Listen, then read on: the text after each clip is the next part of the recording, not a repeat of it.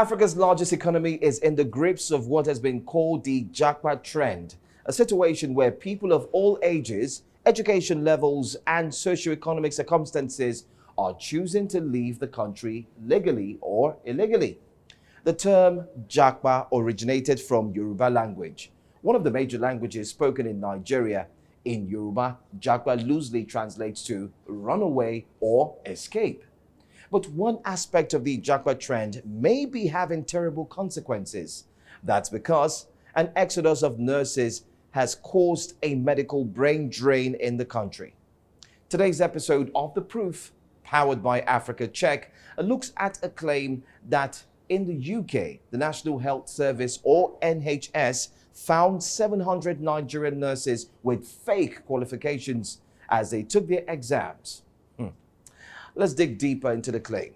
By the way, I'm Joe Hansen, welcoming you to The Proof.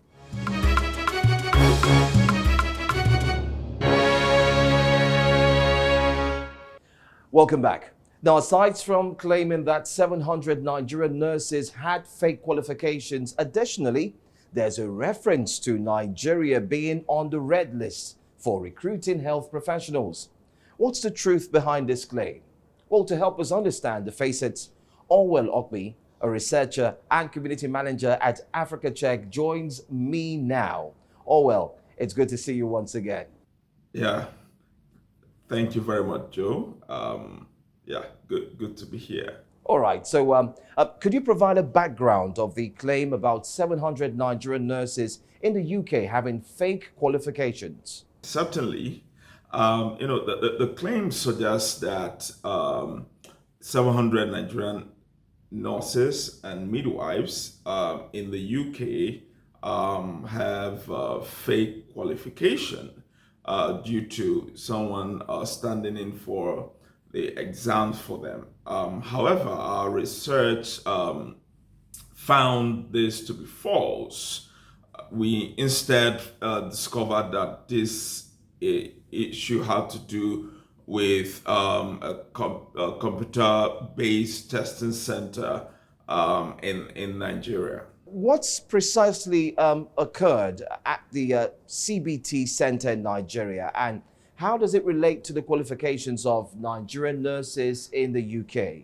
The Nursing and Midwifery Council, that's NMC, in the UK, which is a non-governmental organization, which as a regulate nursing and midwifery in the country, identified some anomalous data in the CBT results from a specific testing center, which is in Ibadan, southwest Nigeria. The NC also suspected that some individuals may have used proxy testers, where someone sort of stands in for the test and does the test on behalf of someone else.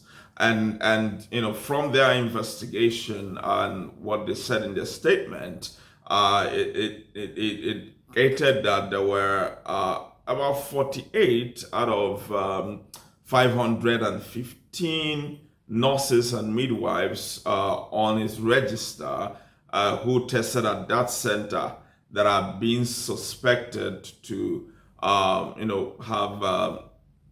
probably likely obtained their result fraudulently. So it essentially our 48 people are affected. Wow, even at 48 rather than 700, there is a cause for concern, by the way. But what have been the consequences of this discovery and the subsequent investigation? This led to treating all the CBT results from that particular center as invalid.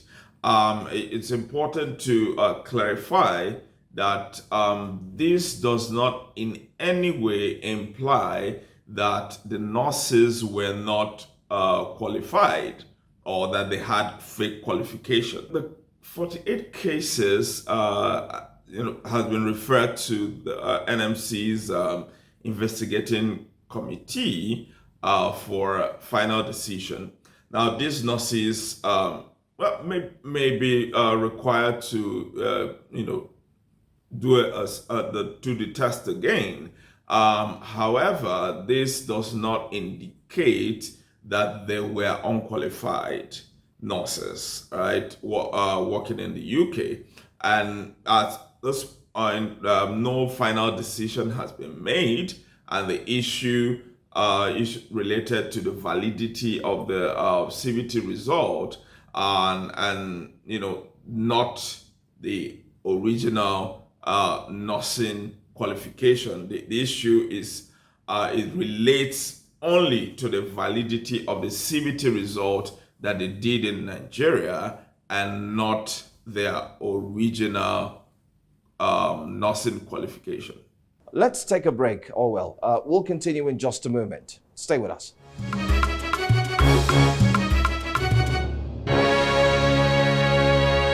If the same information is reported by multiple reputable news outlets or official government websites, it's more likely to be true. Number 3. If you're unsure about the information, consider asking relevant authorities or government representatives for clarification. You can do this through official social media accounts, emails, or contact forms on government websites. Number 4. Consider the source. Is the warning from a reliable contact or reputable news outlet? Be cautious if the source is unknown or lacks credibility. Number 5. Analyze the language and tone. Misinformation often contains sensational language, extreme claims, or emotionally charged statements. If the message seems overly dramatic or uses strong emotional language, it could be a red flag. Number 6. Confirmed dates legislation usually goes through a process before it becomes law, so make sure that the timeline matches the legislative process.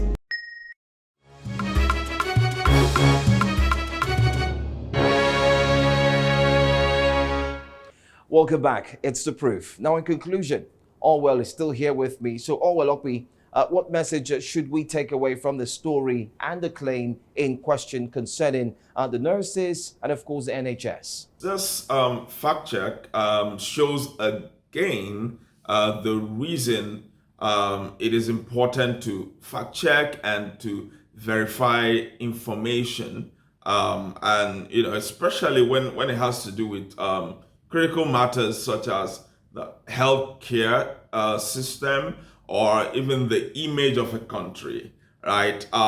Because some people will have seen this claim and they have concluded that, oh, this is another form of corruption in Nigeria, and may have reached a conclusion on how bad our education system is, or it has become over the years.